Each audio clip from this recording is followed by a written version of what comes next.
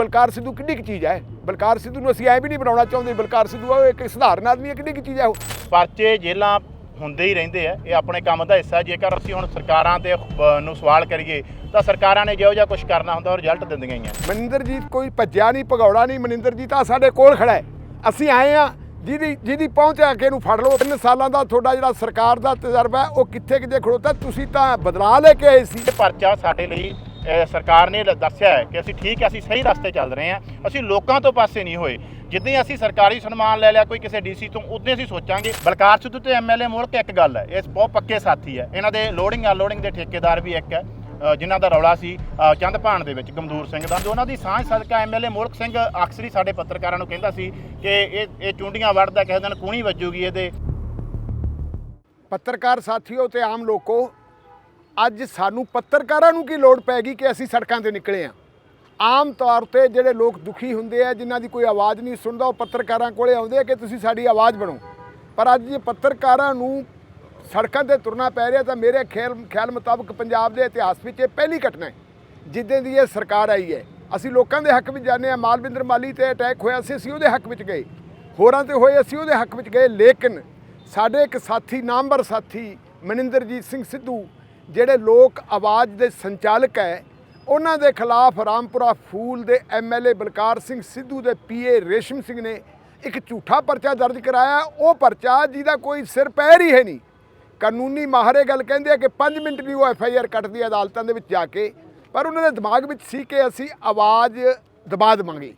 ਕਿਉਂਕਿ ਮਨਿੰਦਰਜੀਤ ਸਿੰਘ ਨੇ ਜਿਹੜਾ ਸਭ ਤੋਂ ਵਧੀਆ ਕੰਮ ਕੀਤਾ ਸੀ, ਉਹ ਕੀਤਾ ਸੀ ਚੰਦਭਾਨ ਦੇ ਵਿੱਚ ਜਿਹੜਾ ਰਫੜ ਪਿਆ ਸੀ, ਉਹਨੂੰ ਇਹਨੇ ਖੂਬੀ ਜਿਹੜਾ ਹੈਗਾ ਕਵਰ ਕੀਤਾ ਸੀ। ਇਹਦੀ ਕਵਰੇਜ ਦਾ ਨਤੀਜਾ ਹੋਇਆ ਕਿ ਸਰਕਾਰ ਨੂੰ ਪੁੱਠਪੈਰੀ ਹੋਣਾ ਪਿਆ, ਔਰ ਉਹ ਜਿਹੜੇ ਸੈਂਕੜੇ ਲੋਕ ਫੜੇ ਸੀ ਜਿਨ੍ਹਾਂ ਦੇ ਖਿਲਾਫ ਐਫਆਈਆਰ ਦਰਜ ਹੋਈ ਸੀ, ਉਹਨੂੰ ਛੱਡਣਾ ਪਿਆ, ਬਿਨਾਂ ਸ਼ਰਤ ਛੱਡਣਾ ਪਿਆ। ਉਦੋਂ ਤੋਂ ਮਨਿੰਦਰਜੀਤ ਉਹਨਾਂ ਦੀ ਟਾਰਗੇਟ ਦਾ ਬਣਿਆ ਹੋਇਆ ਸੀ, ਔਰ ਇਹਦਾ ਬਦਲਾ ਲਿਆ ਉਹਨਾਂ ਨੇ ਰਾਮਪੁਰਾ ਫੂਲ ਵਿੱਚ ਦੀ। ਸਾਡੀ ਐਸਐਸਪੀ ਮੈਡਮ ਅਵਨੀਤ ਕੌਂਡਲ ਸਿਆਣੀ ਔਰਤ ਹੈ, ਬਹੁਤ ਵਧੀਆ ਅਫੀਸਰ ਹੈ। ਪਰ ਅਫਸੋਸ ਇਹ ਹੈ ਕਿ ਜਦੋਂ ਸਰਕਾਰਾਂ ਐਮਐਲਏ ਦੇ ਕਹਿਣ ਦੇ ਉੱਤੇ ਐਸਐਚਓ ਲਾਉਂਦੀਆਂ, ਡੀਐਸਪੀ ਲਾਉਂਦੇ, ਉਹ ਇਹਨਾਂ ਲੀਡਰ, ਉਹ ਆਪਦੇ ਅਫਸਰਾਂ ਦੀ ਪਰਵਾਹ ਹੀ ਨਹੀਂ ਕਰਦੇ। ਉਹ ਸਿੱਧੇ ਤੌਰ ਦੇ ਉੱਤੇ ਜਾ ਕੇ ਗੁਲਾਮ ਬਣ ਜਾਂਦੇ ਆ ਐਮਐਲਏ ਦੇ, ਤੇ ਐਮਐਲਏ ਉਹਨਾਂ ਨੂੰ ਆਪਣੇ ਨਿੱਜੀ ਨੌਕਰਾਂ ਦੀ ਤਰ੍ਹਾਂ, ਸੀਰੀਆਂ ਦੀ ਤਰ੍ਹਾਂ ਵਰਤਦੇ ਆ। ਪੱਤਰਕਾਰਾਂ ਦੇ ਖਿਲਾਫ, ਲੋਕਾਂ ਦੀ ਆਵਾਜ਼ ਚੁੱਕਣ ਵਾਲੀਆਂ ਜਨਤਕ ਜਥੇਬੰਦੀਆਂ ਦੇ ਖਿਲਾਫ। ਇਹੀ ਕਾਰਨ ਹੈ ਕਿ ਮਨਿੰਦਰਜੀਤ ਦੇ ਉੱਤੇ ਐਫਆਈਆਰ ਹੋਈ। ਮਨਿੰਦਰਜੀਤ ਕੋਈ ਭੱਜਿਆ ਨਹੀਂ, ਭਗੌੜਾ ਨਹੀਂ। ਮਨਿੰਦਰਜੀਤ ਆ ਸਾਡੇ ਕੋਲ ਖੜਾ ਹੈ। ਅਸੀਂ ਆਏ ਆ ਜਿਹਦੀ ਪਹੁੰਚ ਆ ਕੇ ਇਹਨੂੰ ਫੜ ਲਓ। ਪਰ ਜਦੋਂ ਲੋਕ ਪ੍ਰੋਟੈਕਸ਼ਨ ਦੇਣ, ਉਦੋਂ ਸਰਕਾਰਾਂ ਕੱਖ ਨਹੀਂ ਕਰ ਸਕਦੀਆਂ ਹੁੰਦੀਆਂ। ਭਗਵੰਤ ਮਾਨ ਨੂੰ ਬੇਨਤੀ ਕਰਦੇ ਆ ਕਿ ਭਗਵੰਤ ਮਾਨ ਜੀ, ਕੰਧ ਤੇ ਲਿਖਿਆ ਪੜ੍ਹ ਲਓ।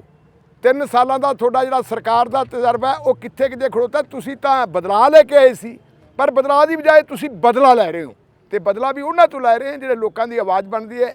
ਅਸੀਂ ਪ੍ਰਸ਼ਾਸਨਿਕ ਅਧਿਕਾਰੀਆਂ ਨੂੰ ਮਿਲਣ ਵਾਸਤੇ ਆਏ ਸੀ, ਲੇਕਿਨ ਐਸਐਸਪੀ ਤੇ ਡਿਪਟੀ ਕਮਿਸ਼ਨਰ ਉਹ ਦੋਨੋਂ ਹੀ ਅੱਜ ਚੰਡੀਗੜ੍ਹ ਇੱਕ ਮੀਟਿੰਗ ਦੇ ਵਿੱਚ ਗਏ ਹੈ। ਇਸ ਲਈ ਅਸੀਂ ਇੱਕ ਚੇਤਾਵਨੀ ਮਾਰਚ ਕੀਤਾ ਹੈ ਬਠਿੰਡਾ ਦੇ ਪ੍ਰਸ਼ਾਸਕੀ ਕੰਪਲੈਕਸ ਵਾਸਤੇ ਕਿ ਮਨਿੰਦਰਜੀਤ ਸਾਡੇ ਨਾਲ ਹੈ।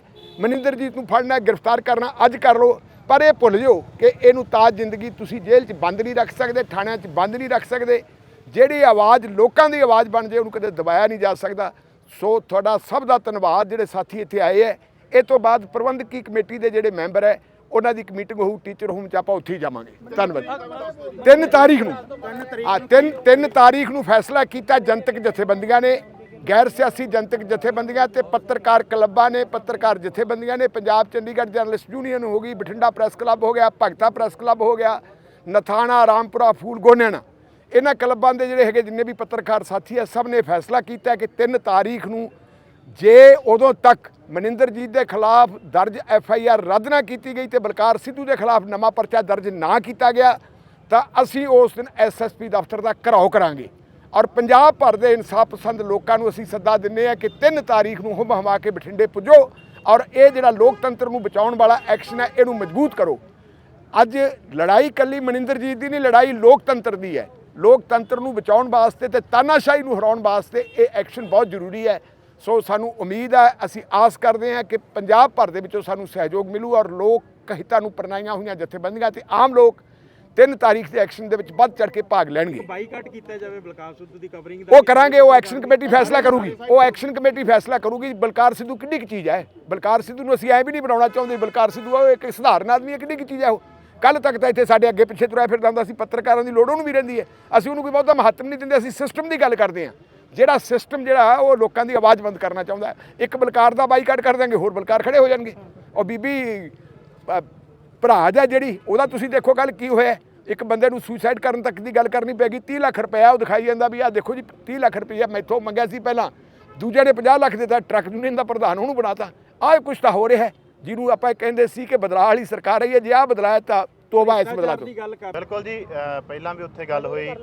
ਸੋ ਸਾਰੀਆਂ ਜਥੇਬੰਦੀਆਂ, ਚਾਹੇ ਉਹ ਕਿਸਾਨ ਜਥੇਬੰਦੀਆਂ, ਮਜ਼ਦੂਰ ਜਥੇਬੰਦੀਆਂ, ਮੁਲਾਜ਼ਮ ਜਥੇਬੰਦੀਆਂ, ਨੌਜਵਾਨ ਜਥੇਬੰਦੀਆਂ, ਜਿਹੜੀਆਂ ਸਟੂਡੈਂਟ ਜਥੇਬੰਦੀਆਂ, ਜਿਹੜੀਆਂ ਵਪਾਰਕ ਜਥੇਬੰਦੀਆਂ, ਸਮਾਜਿਕ ਜਥੇਬੰਦੀਆਂ, ਪੱਤਰਕਾਰ ਕਲੱਬ ਸਮੁੱਚਾ ਬਠਿੰਡਾ, ਪ੍ਰੈਸ ਕਲੱਬ ਜਿਵੇਂ ਭਗਤਾ ਪ੍ਰੈਸ ਕਲੱਬ, ਬਰਾਮਪੁਰੇ ਤੋਂ ਸਾਥੀ ਆਏ ਆ, ਵੱਖ ਵੱਖਰੇ ਜੈਤੋ ਤੋਂ ਸਾਥੀ ਆਏ ਆ। ਤੁਸੀਂ ਸਾਰੇ ਖੜੇ ਹੋ, ਜਿੰਨੇ ਵੀ ਖੜੇ ਹੋ, ਸਾਰਿਆਂ ਨੇ ਸਾਥ ਸਦਕਾ ਦੇਖੋ ਅੱਜ ਦਾ ਮੈਂ ਪ੍ਰੋਗਰਾਮ ਦੇ ਵਿੱਚ ਇਹ ਨਹੀਂ ਸੀ ਕੋਈ ਕਿ ਮੈਂ ਅੰਡਰਗਰਾਊਂਡ ਸੀ, ਮੈਂ ਇੱਥੇ ਹੀ ਸੀ। ਪਰ ਮੈਨੂੰ ਇਹ ਸੀ ਕਿ ਚਲੋ ਜਿਹੜੇ ਸਾਥੀ ਪ੍ਰੋਗਰਾਮ ਕਰ ਰਹੇ ਉਹ ਕਰਨੇ।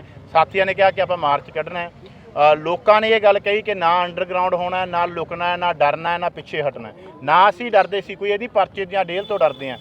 ਪਰਚੇ ਜੇਲਾਂ ਹੁੰਦੇ ਹੀ ਰਹਿੰਦੇ ਆ, ਇਹ ਆਪਣੇ ਕੰਮ ਦਾ ਹਿੱਸਾ। ਜੇਕਰ ਅਸੀਂ ਹੁਣ ਸਰਕਾਰਾਂ ਤੇ ਨੂੰ ਸਵਾਲ ਕਰੀਏ ਤਾਂ ਸਰਕਾਰਾਂ ਨੇ ਜਿਹੋ ਜਿਹਾ ਕੁਝ ਕਰਨਾ ਹੁੰਦਾ ਉਹ ਰਿਜ਼ਲਟ ਦਿੰਦੀਆਂ ਹੀ ਆ।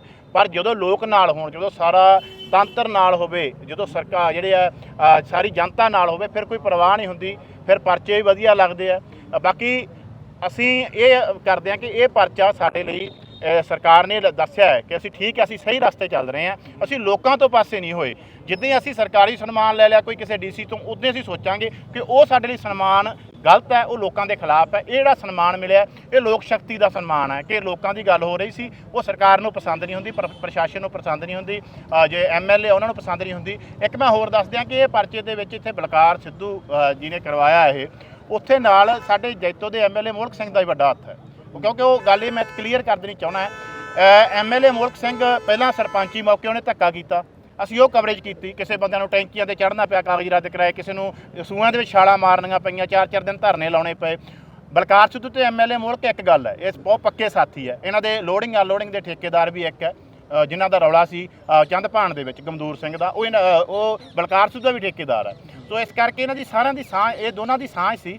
ਇਹ ਦੋਨਾਂ ਦੀ ਸਾਂਝ ਸਦਕਾ MLA ਮੋਲਕ ਸਿੰਘ ਅਕਸਰ ਹੀ ਸਾਡੇ ਪੱਤਰਕਾਰਾਂ ਨੂੰ ਕਹਿੰਦਾ ਸੀ ਕਿ ਇਹ ਚੁੰਡੀਆਂ ਵੜਦਾ, ਕਿਸੇ ਦਿਨ ਕੂਣੀ ਵੱਜੂਗੀ ਇਹਦੇ, ਕਿਸੇ ਦਿਨ ਇਹਨੂੰ ਦੇਖਾਂਗੇ। ਸੋ ਇਹ ਉਹਨਾਂ ਦਾ ਵੀ ਇਹਦੇ 'ਚ ਵੱਡਾ ਯੋਗਦਾਨ ਹੈ, ਮੈਨੂੰ ਪਤਾ ਲੱਗਿਆ ਹੈਗਾ ਇਹ ਗੱਲ ਦਾ। ਕਿਉਂਕਿ ਹੁਣ ਵੀ ਕੱਲ੍ਹ ਵੀ ਉਹਨਾਂ ਨੇ ਇੱਕ ਸਾਥੀ ਨੂੰ ਕਿਹਾ ਕਿ ਦੇਖ ਲਿਆ ਪਰਚਾ ਹੋ ਗਿਆ, ਤਾਂ ਇਹ ਦੋਨਾਂ ਦੀ ਬਦੌਲਤ ਹੈ। ਬਾਕੀ ਸਰਕਾਰ ਨੂੰ ਲਗਾਤਾਰ ਸਵਾਲ ਸੀ ਉਹਦੀ ਹੈ। ਤੇ ਬਾਕੀ ਇਹ ਗੱਲ ਕੋਈ ਗੱਲ ਨਹੀਂ, ਲੋਕ ਨਾਲ ਹੈ, ਕੋਈ ਪਰਚੇ ਦਾ ਡਰ ਨਹੀਂ, ਕੋਈ ਜੇਲ੍ਹਾਂ ਦਾ ਡਰ ਨਹੀਂ। ਜਿਵੇਂ ਅੰਕਲ ਜੀ ਨੇ ਕਿਹਾ ਹੀ ਹੈ, ਬਖਤੌਰ ਸਿੰਘ ਢਿੱਲੋਂ ਜੀ ਨੇ, ਉਹ ਸਾਰੀ ਗੱਲ ਸਪਸ਼ਟ ਕਰ ਦਿੱਤੀ ਹੈ। ਜਦੋਂ ਇਹੋ ਜਿਹੇ ਬੰਦੇ ਨਾਲ ਖੜੇ ਹੈ, ਠੀਕ, ਆਮ ਤੌਰ ਤੇ ਹੁੰਦਾ ਹੀ ਪੱਤਰਕਾਰ ਦੇ ਨਾਲ ਪੱਤਰਕਾਰ ਨਹੀਂ ਖੜਦਾ, ਪਰ ਮੈਨੂੰ ਲੱਗਦਾ ਕਿ ਪੰਜਾਬ ਦਾ ਕੋਈ ਪੱਤਰਕਾਰ ਹੋਣਾ ਹੀ ਨਹੀਂ। ਚਲੋ ਠੀਕ ਹੈ, ਕਿਸੇ ਦੇ ਅਦਾਰੇ ਦੀ ਮਜਬੂਰੀ ਹੋਵੇ, ਉਹ ਫੋਨ ਕਰਕੇ ਸਾਰੇ ਪੱਤਰਕਾਰ ਖੜੇ ਆ। ਸਾਰੇ ਪੱਤਰਕਾਰਾਂ ਨੇ ਇਹ ਨਹੀਂ ਕਿ ਇਹ ਜੂਨੀਅਰ ਹੈ, ਇਹ ਨਵਾਂ ਹੈ, ਉਹਨਾਂ ਨੇ ਸਾਰੀਆਂ ਗੱਲਾਂ ਛੱਡ ਕੇ ਸਾਥ ਦਿੱਤਾ, ਡਟ ਕੇ ਖੜੇ ਆ। ਜਥੇਬੰਦੀਆਂ ਡਟ ਕੇ ਖੜੀਆਂ, ਪੱਤਰਕਾਰਾਂ ਦੇ ਨਾਲ ਜਥੇਬੰਦੀਆਂ ਆਉਣੀਆਂ, ਇਹ ਵੱਡੀ ਗੱਲ ਹੈ। ਆਮ ਤੌਰ ਤੇ ਪੱਤਰਕਾਰ ਤੇ ਇਹ ਗੱਲ ਹੁੰਦੀ ਵੀ ਸਾਰੇ ਛੱਡ ਜਾਂਦੇ, ਕਿਸੇ ਨੇ ਨਹੀਂ ਛੱਡਿਆ। ਲੋਕਾਂ ਨੇ ਆਪਦੀ ਆਵਾਜ਼ ਸਮਝ ਕੇ ਸਾਥ ਦਿੱਤਾ, ਲੋਕਾਂ ਦਾ ਧੰਨਵਾਦ ਹੈ। ਲੋਕਾਂ ਦੀ ਆਵਾਜ਼ ਬੁਲੰਦ ਕਰਦੇ ਰਹਾਂਗੇ। ਨਾ ਅਸੀਂ ਇਹ ਕਹਿੰਦੇ ਕਿ ਅਸੀਂ ਕਿਸੇ ਦੇ ਖਿਲਾਫ ਚੱਲਾਂਗੇ, ਨਾ ਅਸੀਂ ਉਹਨੂੰ ਐਂ ਕਰਾਂਗੇ। ਅਸੀਂ ਲੋਕਾਂ ਦੀ ਆਵਾਜ਼ ਬੁਲੰਦ ਕਰਦੇ ਰਹਾਂਗੇ। ਜਦੋਂ ਲੋਕ ਜਿੱਥੇ ਸੱਦਣਗੇ, ਜਿਹੜੇ ਹਲਕੇ ਸੱਦਣਗੇ, ਜਿੱਥੇ ਲੋਕਾਂ ਦੇ ਕੋਈ ਧੱਕਾ ਹੋਊਗਾ, ਉੱਥੇ ਅਸੀਂ ਖੜਾਂਗੇ। ਅਸੀਂ ਆਪਣੇ ਚੈਨਲ ਵੱਲੋਂ ਵੀ ਇਹ ਰੱਖਿਆ ਵਾ ਕਿ ਅਸੀਂ ਨਿਰਪੱਖ ਨਹੀਂ, ਲੋਕ ਪੱਖੀ ਹਾਂ। ਸਾਡਾ ਇਹ ਸਲੋਗਨ ਵੀ ਹੈ, ਅਸੀਂ ਨਿਰਪੱਖ ਨਹੀਂ ਹੋ ਸਕਦੇ। ਜੇ ਲੋਕਾਂ ਨਾਲ ਧੱਕਾ ਹੋਈ ਜਾਂਦਾ ਹੈ, ਸਰਕਾਰ ਕਈ ਗੱਲਾਂ 'ਚ ਭਾਵੇਂ ਸਹੀ ਵੀ ਹੋਵੇ, ਪਰ ਲੋਕਾਂ, ਸਾਡੇ ਲਈ ਤਾਂ ਲੋਕ ਮਹਾਨ ਹੈ ਨਾ, ਤੇ ਲੋਕਾਂ ਦੀ ਅਸੀਂ ਗੱਲ ਕਰਨੀ ਹੈ। ਸੋ ਸਾਰਿਆਂ ਦਾ ਧੰਨਵਾਦ। ਬਾਕੀ ਜੋ ਐਕਸ਼ਨ ਕਮੇਟੀ ਫੈਸਲਾ ਲਊਗੀ ਉਹ ਅੱਗੇ ਹੋਊਗਾ।